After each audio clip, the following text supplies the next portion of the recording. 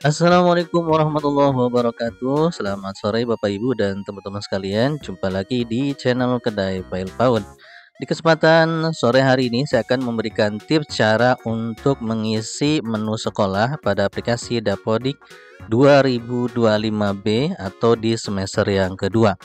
Nah, bagaimana caranya? Silahkan Bapak Ibu disimak, mudah-mudahan bermanfaat. Langsung saja silahkan dibuka aplikasi Dapodiknya. Langkah awal, Bapak Ibu, kita lakukan proses validasi lokal dulu dengan tujuan kita mengetahui di menu sekolah data apa yang terjadi invalid. Nah, di sini saya refresh yang punya saya, Bapak Ibu. Nah, di sini ada 3 invalidnya, ada data rinci sekolah, kemudian data rinci sanitasi sekolah, kemudian yang terakhir dimohon mengisi instrumen ya pendidikan anti korupsi yang ada di beranda aplikasi. Nah, sekarang langsung saja Bapak Ibu kita buka menu sekolahnya. Nah, di sini kita akan mengisi data rinci, data periodik, dan data sanitasi. Baik, nah sekarang kita pilih dulu yang data rinci. Nah, silakan Bapak Ibu diisi seperti biasa, seperti halnya waktu kita mengisi di semester pertama, ya. Nah, di sini kalau sudah Bapak Ibu, kalau misalnya di sini tidak ada perubahan atau tidak ada yang mau diubah, langsung saja klik simpan. Seperti ini. Kemudian data periodiknya kita isi waktu penyelenggaraan di semester 2 ini. Misalnya 5 hari misalnya. Kemudian sumber listriknya PLN misalnya. Kemudian daya listriknya 450. Kemudian apakah bersedia menerima BOSP? Nah, ini yang penting Bapak Ibu ya, jangan sampai ini tidak di checklist, nantinya nggak dapat BOP. Diklik seperti ini. Kemudian sertifikat ISO kalau punya silahkan masukkan. Kalau misalnya tidak ada ya sudah tidak usah ya.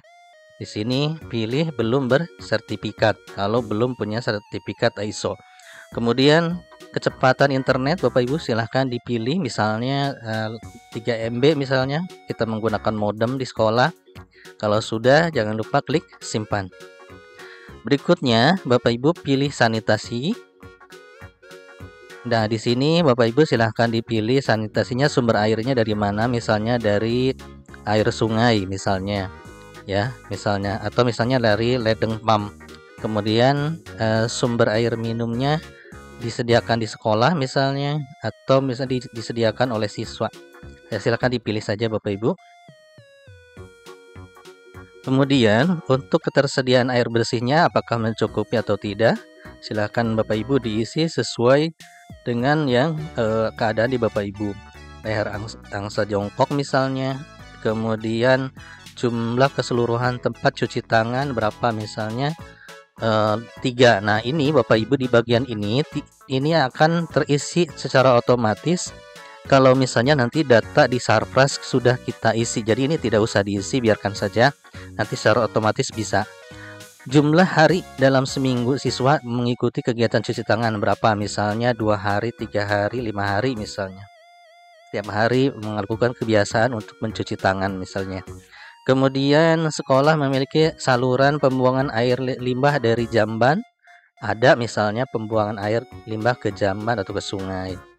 Kemudian Bapak Ibu silakan isi seperti biasa ya. Silahkan diisi. Ini juga sama Bapak Ibu, untuk yang jumlah jamban dan lain sebagainya nanti akan diisi di menu Sarpras ya.